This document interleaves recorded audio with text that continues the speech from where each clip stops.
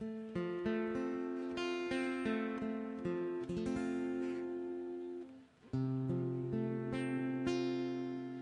afternoon, everyone. I invite you to be seated.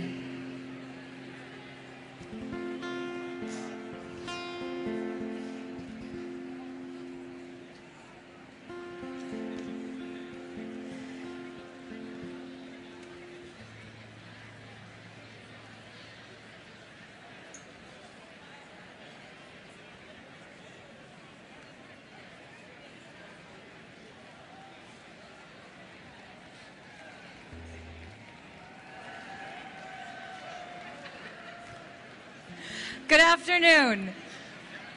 We thought it would be wonderful to welcome everyone to this holy time and to this holy space by singing together.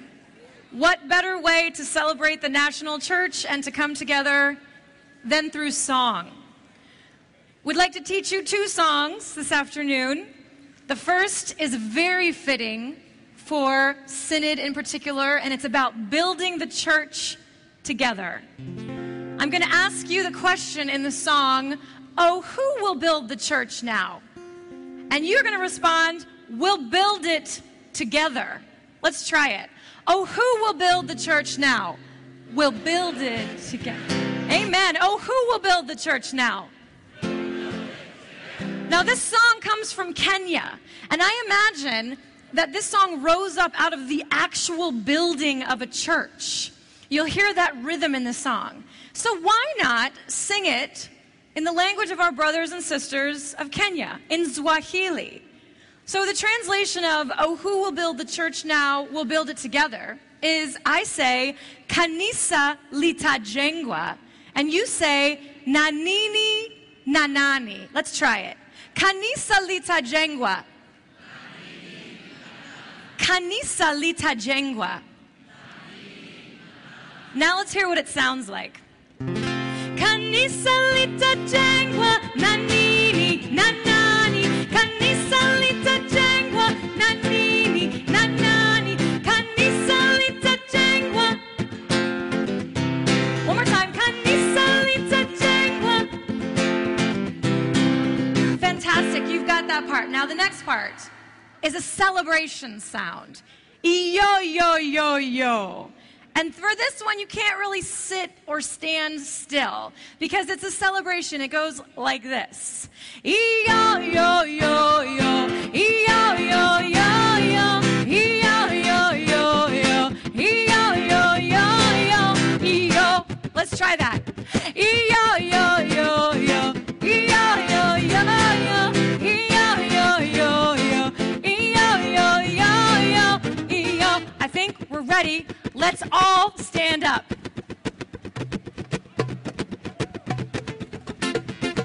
Kanisa litajengwa. Kanisa litajengwa. Yo, yo, yo, yo. Yo, yo, yo, yo. Yo, yo, yo, yo. Yo, yo, yo, yo. Yo. We'll build it together. Oh, who will build the church now? Oh, who will build the church now? Amen. Yo, yo, yo, yo. Yo, yo, yo, yo. Yo, yo, yo, yo. Yo, yo, yo, yo. Yo. The men and the women will build it. Oh, who will build the church now? Oh, who will build the church now? All right, dance. Yo,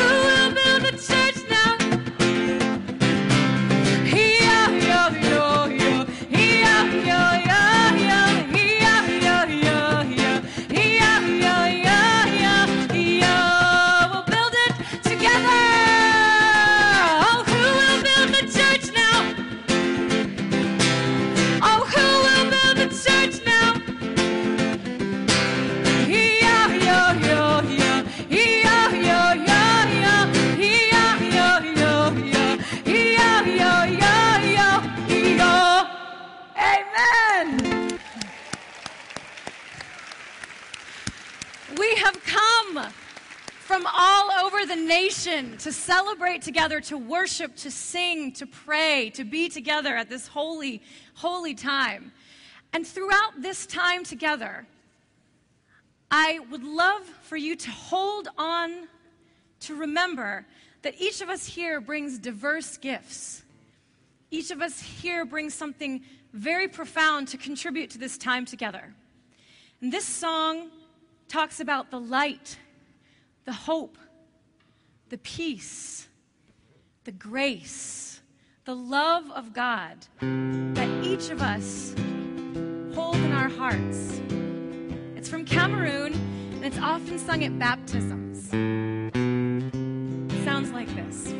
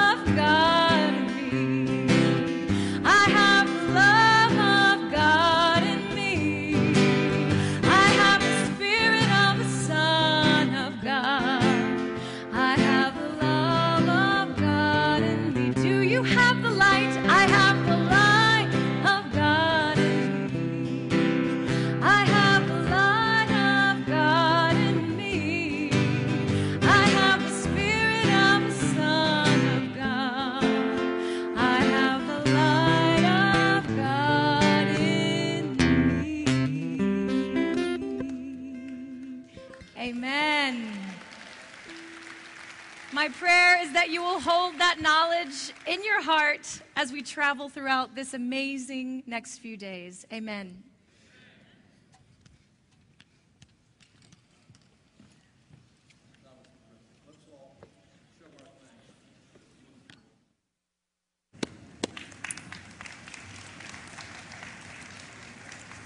Good afternoon. I'm Jim Robertson, and I'm honored to serve as your moderator for this synod.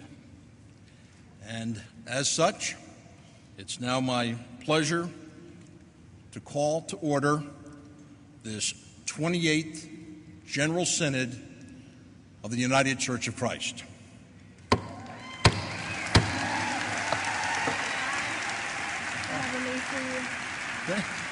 Thank you. It's not going to get any better than I've got the bling, and I've got now it's all downhill from now, I think. I'm going to be sharing the moderator responsibilities with two wise and wonderful women, the Reverend Patty Arand from the Iowa Conference and Attorney Carolyn Belson from the Hawaii Conference.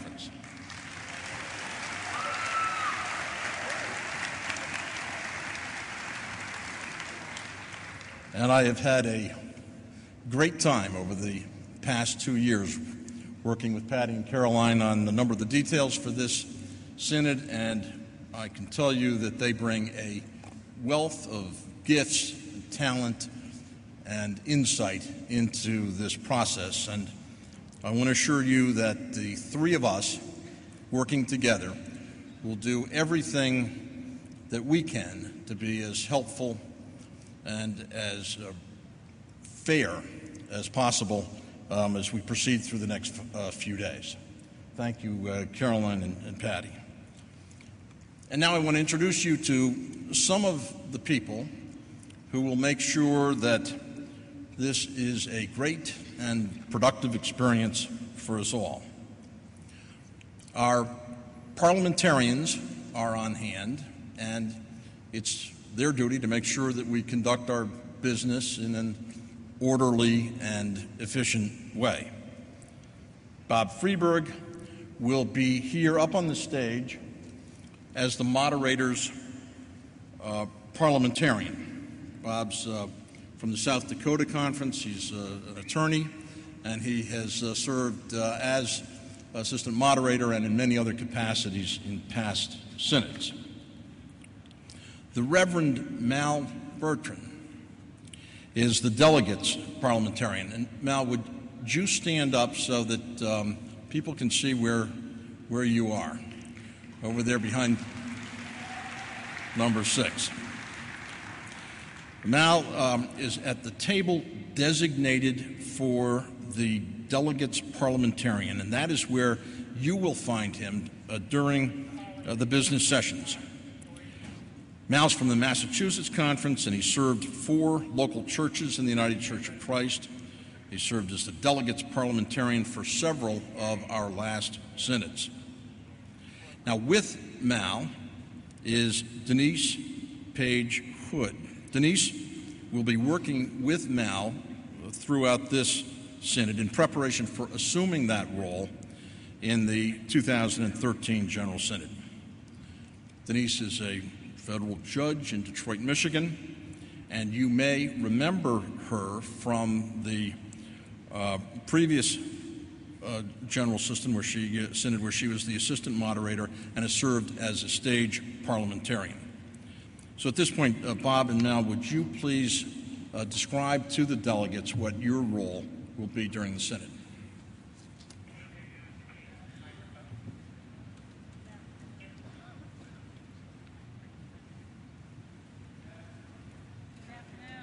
Not my fault.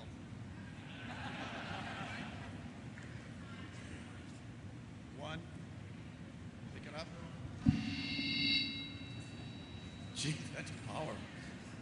Okay, how is this now? Good, thank you. Good afternoon. As the delegate's parliamentarian, my job is to help you proceed through the business before you. We have some formal business this afternoon, so let me quickly remind you of a few things. The microphones are color-coded. If you wish to speak in favor of the motion on the floor, go to a green microphone, which are microphones numbers 1 and 3. If you wish to speak against the motion on the floor, go to a red microphone, which are microphone numbers 2 and 4.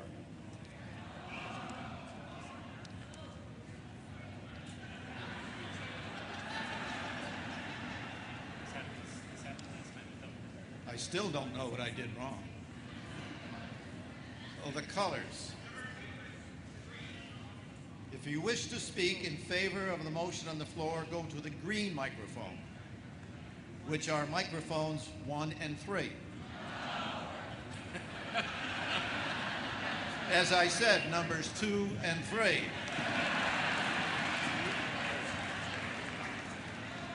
If you wish to speak against the motion on the floor, go to a red microphone, which are microphones numbers 2 and 4. 1 and 3.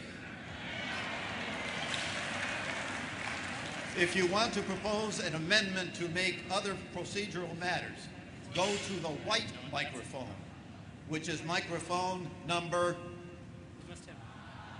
Oh, come on. This is not. Closer, okay. If you wish to ask for a point of personal privilege, go to the yellow microphone, which is microphone number... A member can raise a question of privilege which permits him or her to interpret pending business and to interrupt it in urgent request or motion.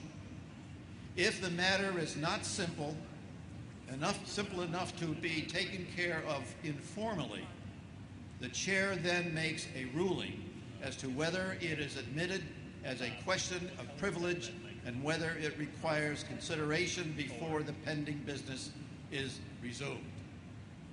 Also, if you want to make an amendment, it must be in writing. And I have forms for this at the table. The youth delegates, stewards, and they'll be a part of us in a very important way. The youth stewards from the Florida Conference will be assisting Denise and me and will help to notify the moderator of persons at the various microphones. Will the youth stewards please stand and wave?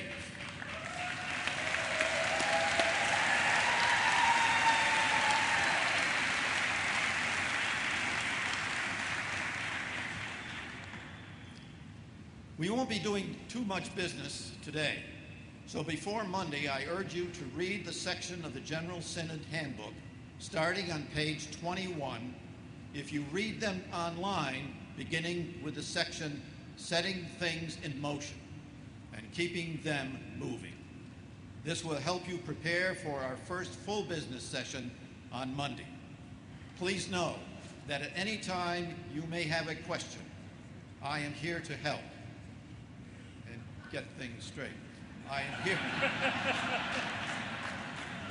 am here to help you, so please don't hesitate to ask questions either here or anywhere around where you'll find Synod people. Thank you.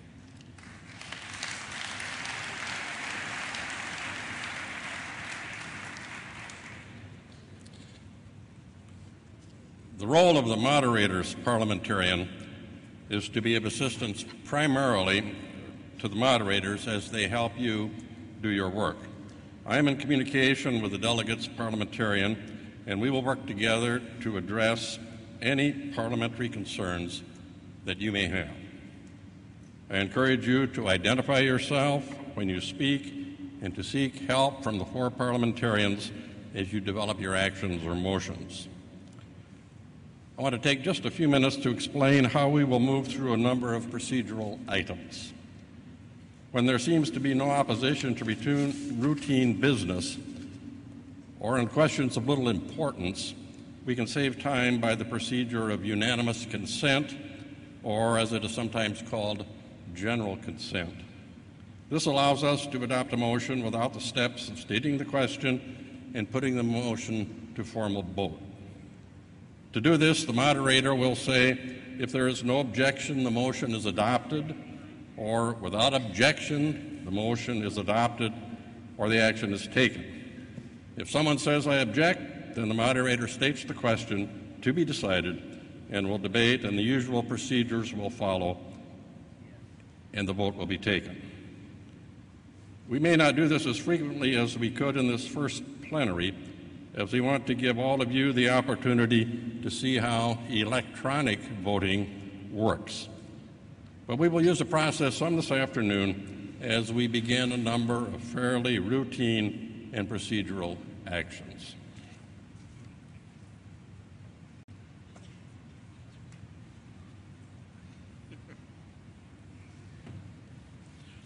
All right, thank you, Bob. And if you do have any confusion over which mic to go to, just remember that red is no and green is yes, and you'll end up at the right place. Now, there are many committees and staff involved in the General Synod, and one committee to be aware of is the Agenda Committee. That committee will meet during the course of the Synod and will make adjustments in the agenda that may be required. The Agenda Committee consists of the moderators, the chair of the Executive Council, who's Pearson Kemp, and the chair of the Committee of Reference, who's Jean Avison. The committee is staffed by Associate General Minister Edith Guffey and our agenda coordinator, Corey Larson. Now, a staff person who you will need to know is Lee Foley. Lee supports the work of the Business Committee, and if you have any questions about the disposition of any of the business here, you should feel free to speak with Lee. And Lee, would you please raise your hand so that people know? He's the answer man. All right, now that you know who the parliamentarians are and something about the microphone colors and the process of unanimous consent that Mal explained to you, let's turn to our first item of business. And for this first item of business, I call upon Sham Motila, a delegate of the Minnesota Conference. Sham is the chairperson of the Credentials Committee and will be making this first report. Thank you. Good afternoon. My name is Sham Motilal. I am from the Minnesota Conference and chair of the 28th General Synod Credentials Committee.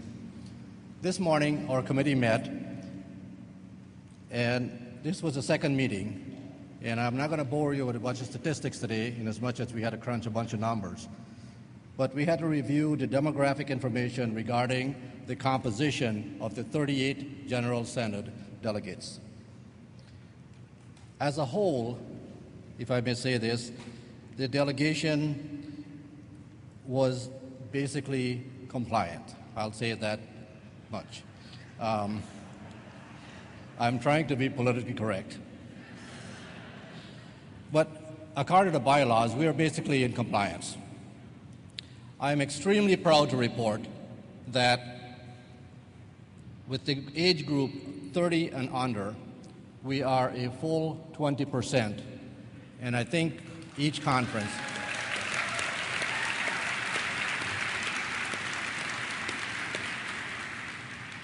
thank you.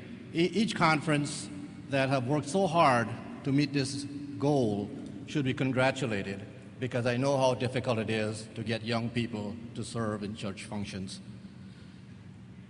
There are a few conferences that are still what we call non-compliant. And not to pick on anybody, but we'll leave it a general statement. The one thing that surprised us most of all was that few conferences had less than 50% of lay people. And the bylaws do stipulate that at least 50% of the delegates should be lay people. Now, you would think that would be an easy thing to do, but apparently we're non-compliant. This morning's final report was very encouraging because we met for the first time in February, and there were some issues. We had to deal with some issues, and I'm sure Mr. Foley did some phone calls, and a lot of things have to be discussed because these things have to be corrected in a way if we could.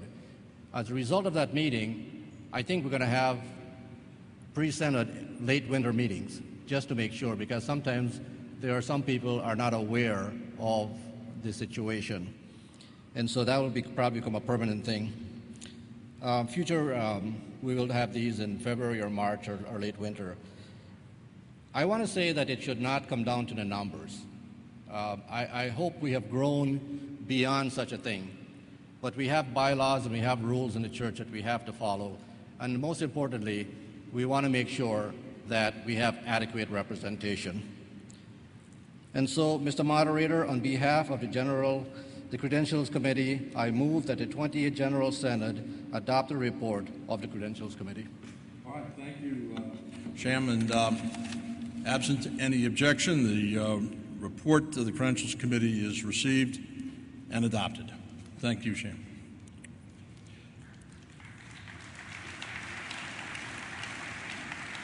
Our UCC Constitution states that a quorum for the conduct of the business of the General Synod shall consist of 1/3 of the voting delegates, provided that in this number at least 2/3 of the conferences are represented by at least one delegate each.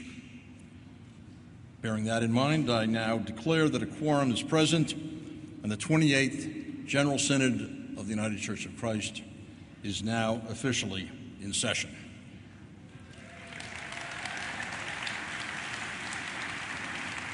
Now, at this point, it's it's customary to identify the various tellers, the people who volunteered to count your ballots when you hold up your placards to vote on various motions.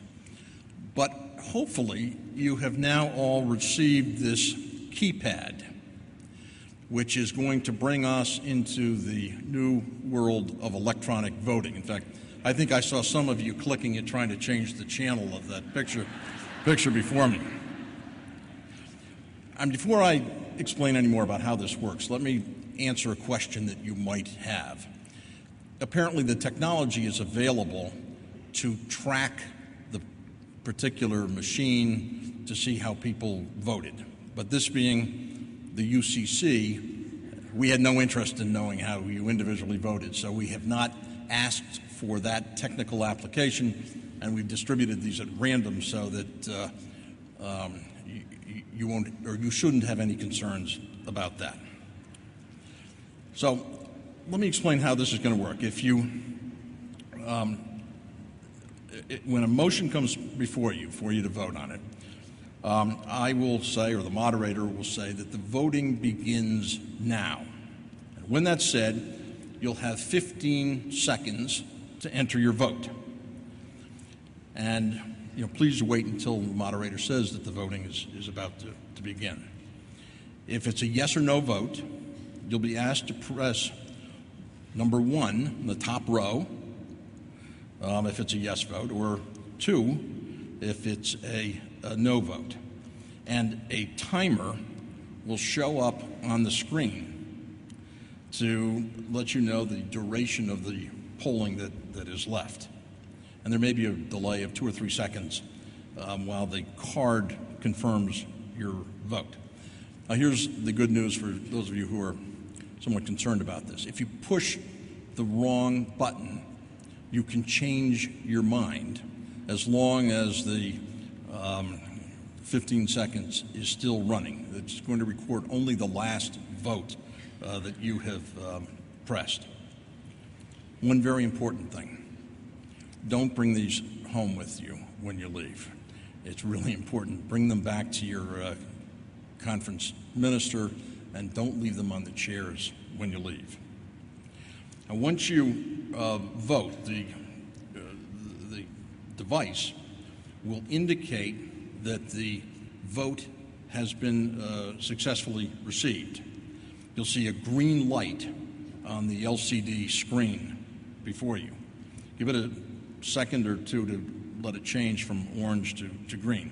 Now, if you receive a red light, that's probably because you pushed a number like 99 and the computer's telling you to think again. All right, now, because this is new, and while we're enjoying the gracious hospitality of our Florida hosts, we don't want to make any rude comments about hanging chads or anything like that. But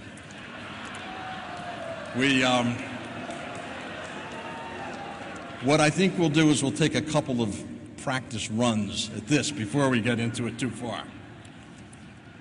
So we're going to have a vote on this, and this is going to test your alertness.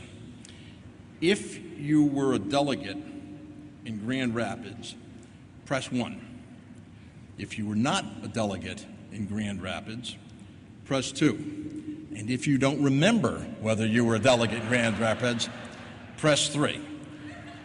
All right, so the moderator will declare the voting is open now. So start pushing the appropriate button.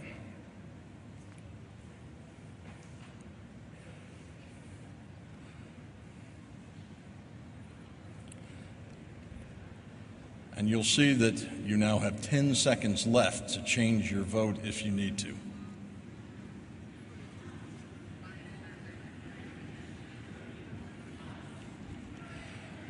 And now we'll find out how alert we are. Well, we do have 1.5% who don't remember, which I think is not bad for the UCC. But we do have a number of delegates who are here for the first time, and I hope this is going to be a great experience for all of you. But just in case that was a fluke, let's try one more practice vote. All of those in favor of praying for it to be hotter in Tampa are going to vote yes. That'd be number 1. Those who are opposed would vote number 2. And those who think the temperature here is just right will vote 3. The voting is now open.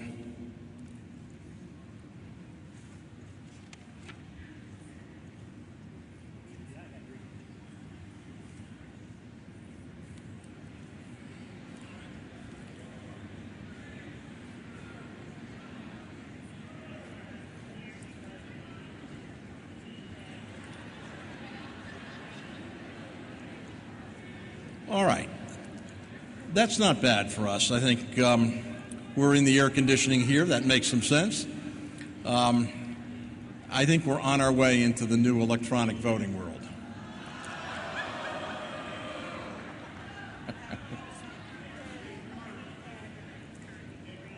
Is there someone appearing here? Yes, sir. Yes.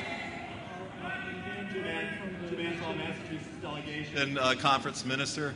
At least for the Massachusetts delegation, ours don't seem to be working. Show of hands, whose wasn't working? Well, maybe we'd better get the tellers lined up again. You might have the technical capacity to see the absolute number of votes that were actually received Right. to give you those percentages, and that may give you an idea of what percentage were not working. Good. All right, thank you. It's good to find that out now rather than later. So while I go on to a couple of other items of business, we have people in the back of the room who may be able to check. Yes, Rousey? What happened? I pushed channel, and then you pushed the voting one, the CH, and then you vote.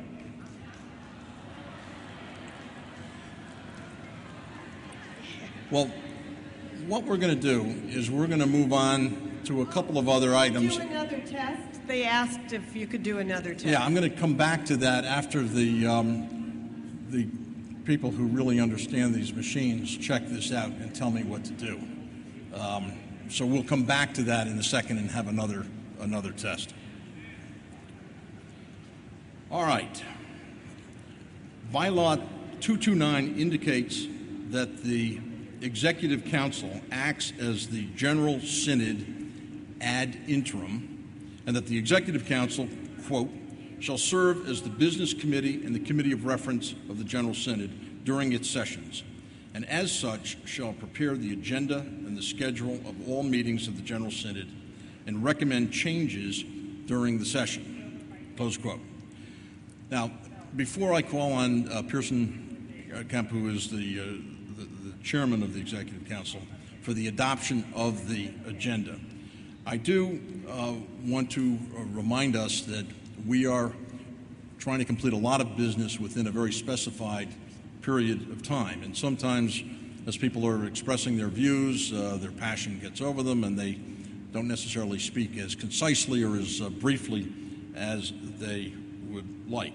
And there are time limits, typically 2 minutes for people speaking on various issues that we need to enforce.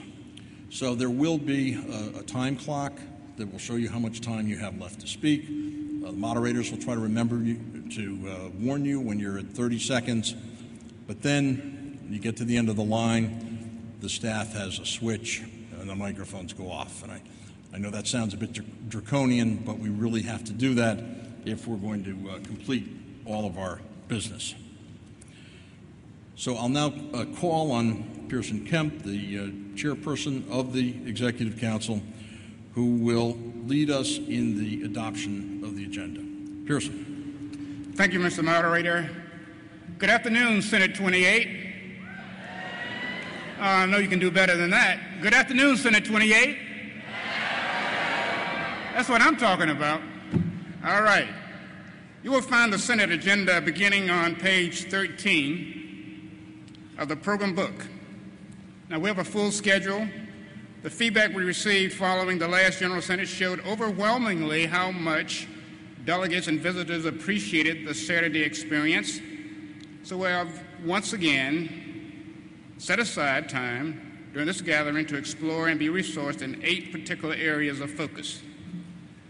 The hope is that all of us will leave with something that enriches us personally, but also with new tools for ministry in the many places that we live and work. We want to remind you the new mini workshops in the exhibit hall entitled Your Church Better. These are relatively short, low-tech presentations on a wide range of ways that might help support you in ministry. It's our way of sharing best practices and being resources to each other. Now, you've already started work as educational intensives, provided background and context for the committee time, which is on Sunday morning. We will have hearings on Sunday evening, and business continues through Tuesday afternoon, with closing worship on Tuesday night. If you've already been to Synods before, it's a bit of a different schedule. As we move through these next few days, you will discover that General Synod agenda is often very fluid. And in fact, there are already changes that have been made. Before it's adopted, let me just name a few of them for you. For instance, on Tuesday afternoon, we'll include a service for ending and authorized ministry.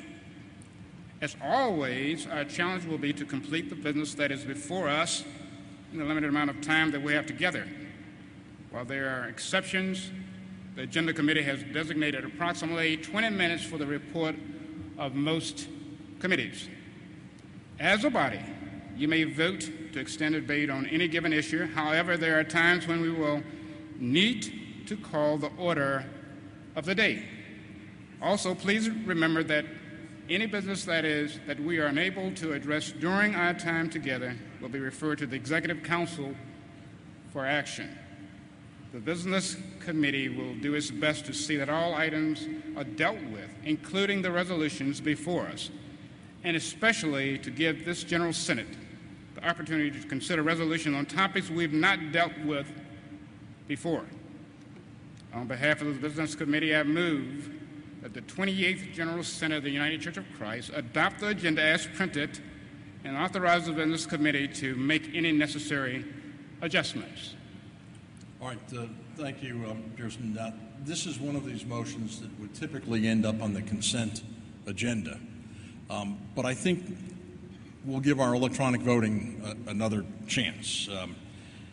So if you are in favor of the agenda, press 1. If you're opposed to it, press 2. And if you want to abstain, press 3. Remember, you'll have 15 seconds to vote once I say that the voting is now open.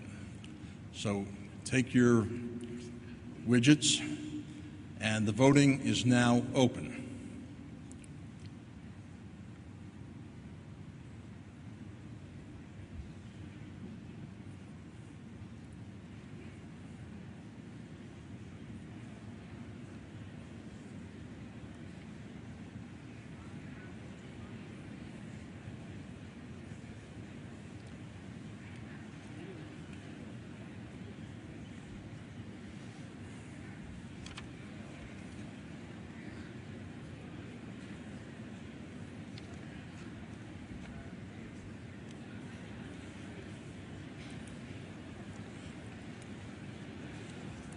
We'll be thinking it through somewhat more carefully for this vote, I guess.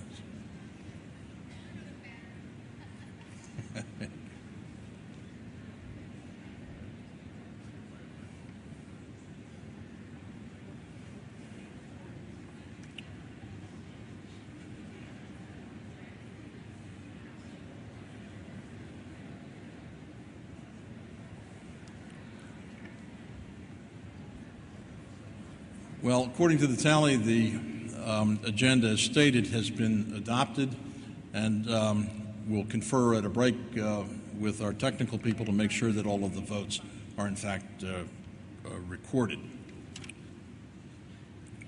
All right, the next item of business is the adoption of the standing rules. Pearson, please proceed. On On behalf of the Business Committee, I move that the General Synod adopt the standing rules of the 28th General Synod of the United Church of Christ.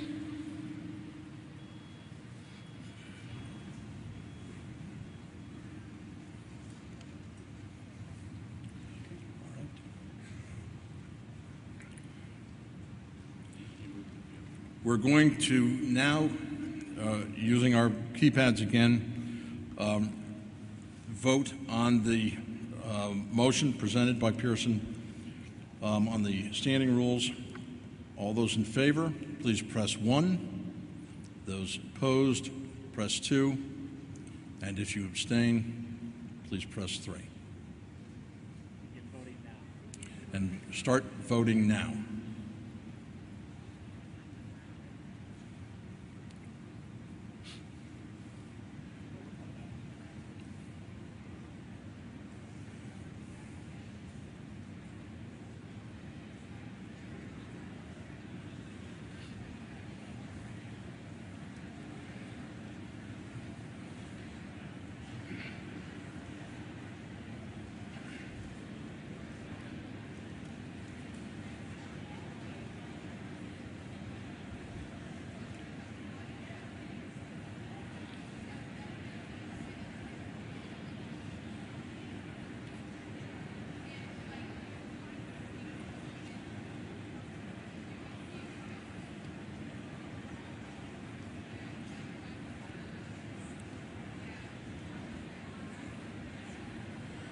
All right. Thank you. The standing rules have been adopted. Mr. Kemp. Thank you very much, Mr. Moderator. At times during the Synod, there will be persons who do not have voice that will be asked to make reports, speak to certain issues as resource persons, or introduce nominees.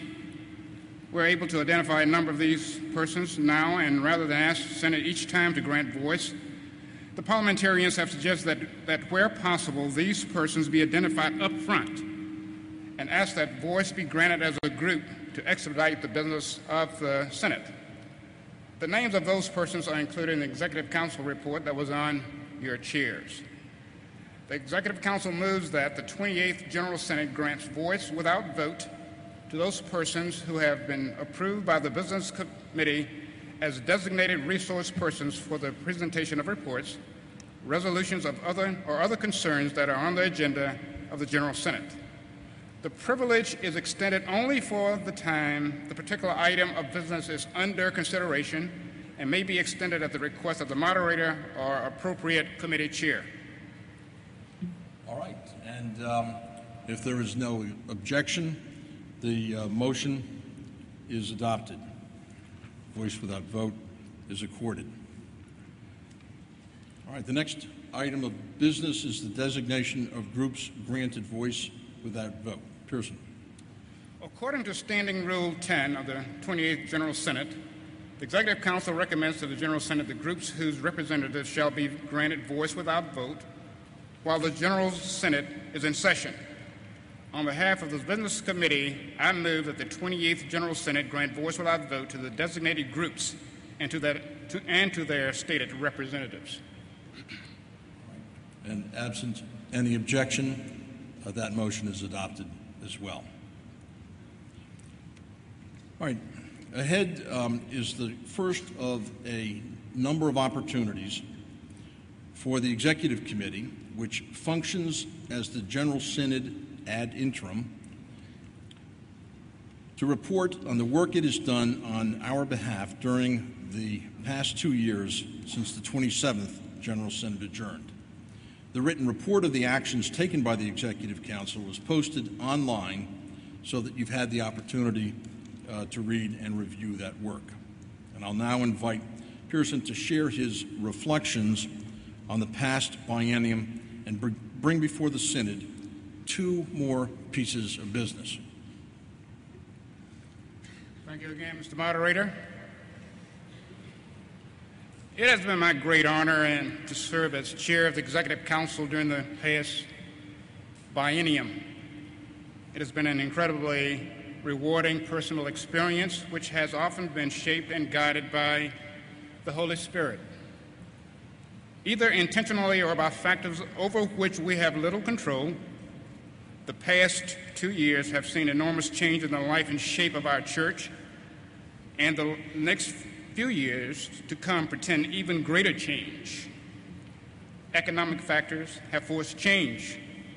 Societal factors have forced change. The calendar and the church's own term limits on leadership are resulting in unprecedented change at the national setting in Cleveland and therefore across the denomination. As for the church as a whole, the past 2 years have been years of change and impending change for your Executive Council. No doubt, the single biggest change facing the United Church of Christ has its roots in a church document now a decade old. The final report of the 2000 Restructure Evaluation Oversight Committee said additional change to the historic restructure which went into effect in the year 2000 was needed if the church was to remain relevant and vital, indeed solvent. So the conversation began.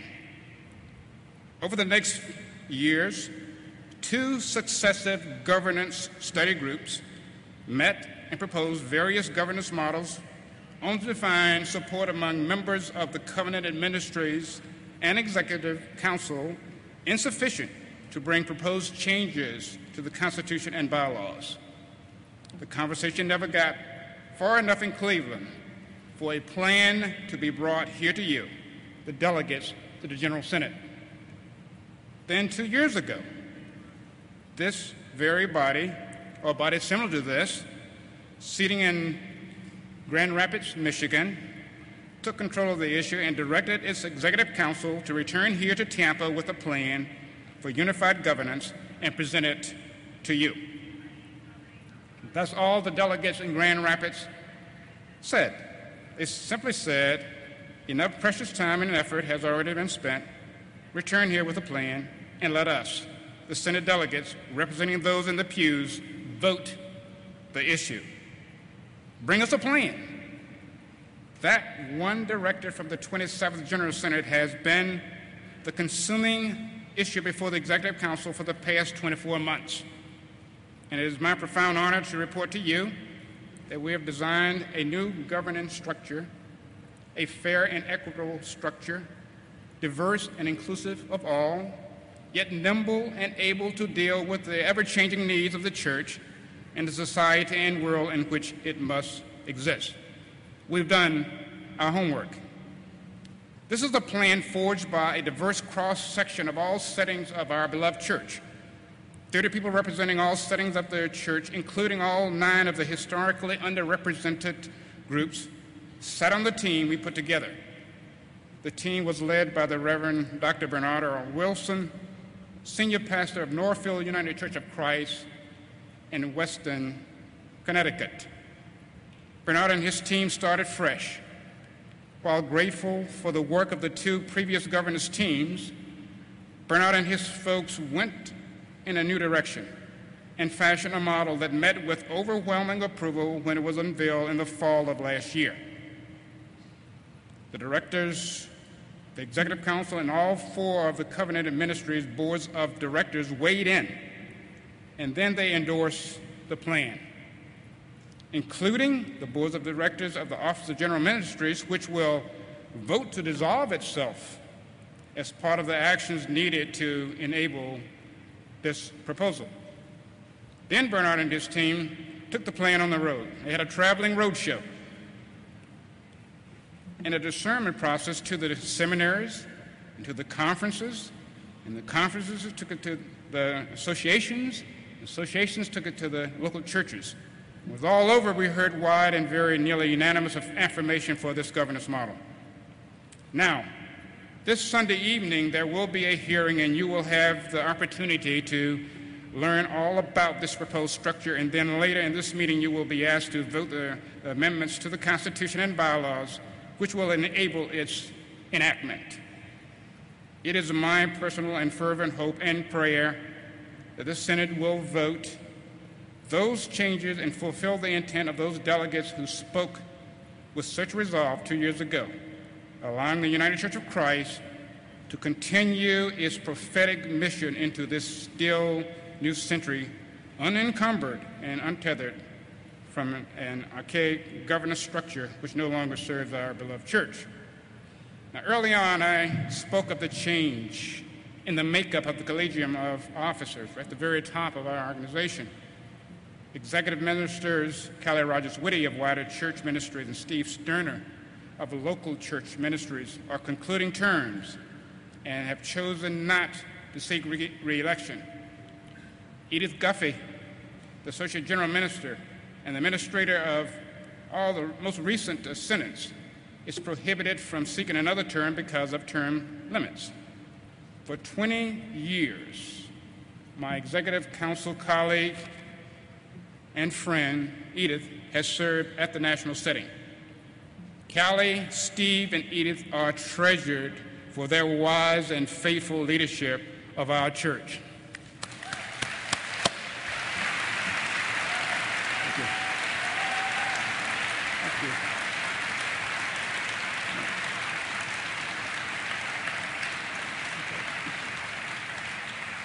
Thank you.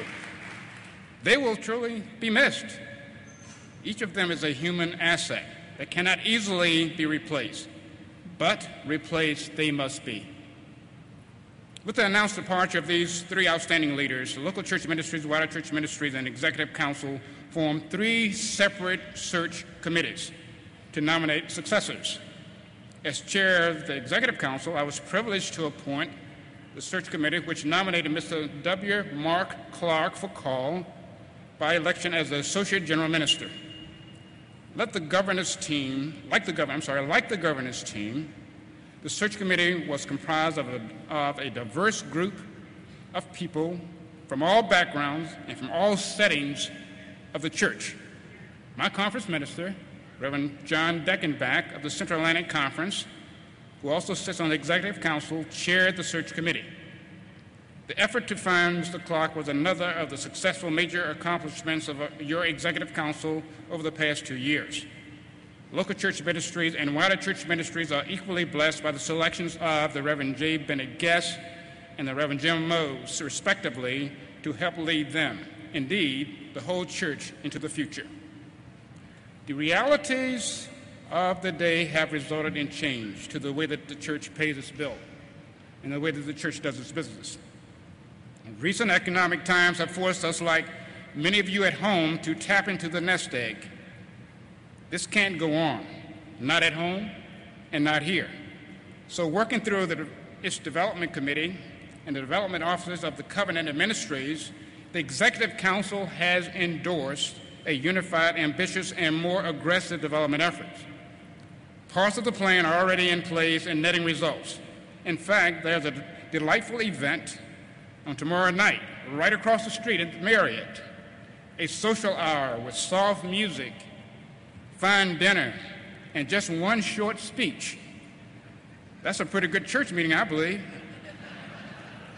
And I'm sure that we have some extra tickets around in case you haven't purchased yours yet.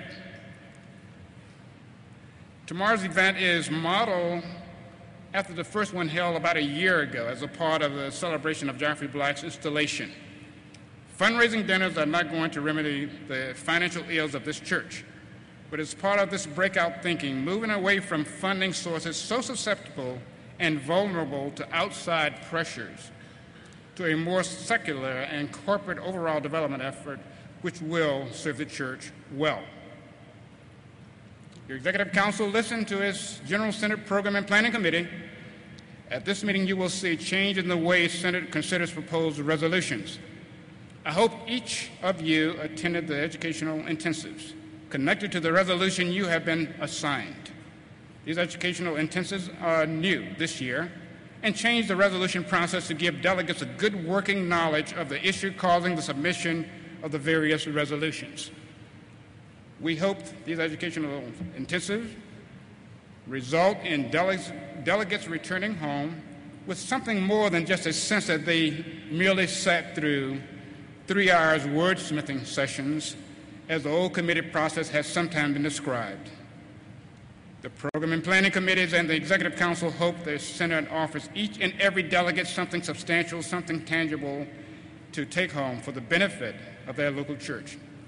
I urge you to take full advantage of all the wonderful workshops, presentations, and other events offered tomorrow during our Suncoast Saturday celebration. Finally, working with the General Synod Nominating Committee, the Executive Council has fulfilled its responsibilities to fill vacancies on the ministry boards and the Executive Council itself, while always respecting and honoring the diversity requirements set down in the bylaws. We are now actively recruiting people with specific skill sets. Not only is this the practice as we fill vacancies, but the nominating committee is now also looking very hard at skill sets when it solicits potential nominees from the conferences and groups as it puts together the slate of candidates you will elect to the boards and executive council later in this meeting. Mr. Moderator, this concludes my report, and I would like to bring two other pieces of business before the body. Mr. Moderator, point of order. Yes, point of order. Kevin Manns, I'm the Northern California Nevada Conference representative to Executive Council. I would like to make a friendly recommendation that pending the period during which you can validate the operation of the voting keys, that we utilize the more traditional raising of the delegate tag as just a way that we can know what the result is. There's great discomfort, at least from myself and some of the people sitting around me, that we can't even tell if the key works. So just as a recommendation, and you'll take it under advisement, I trust. I'll take that under advisement and get back to you after the agenda committee meets. All right. Thank you, Pearson. All right.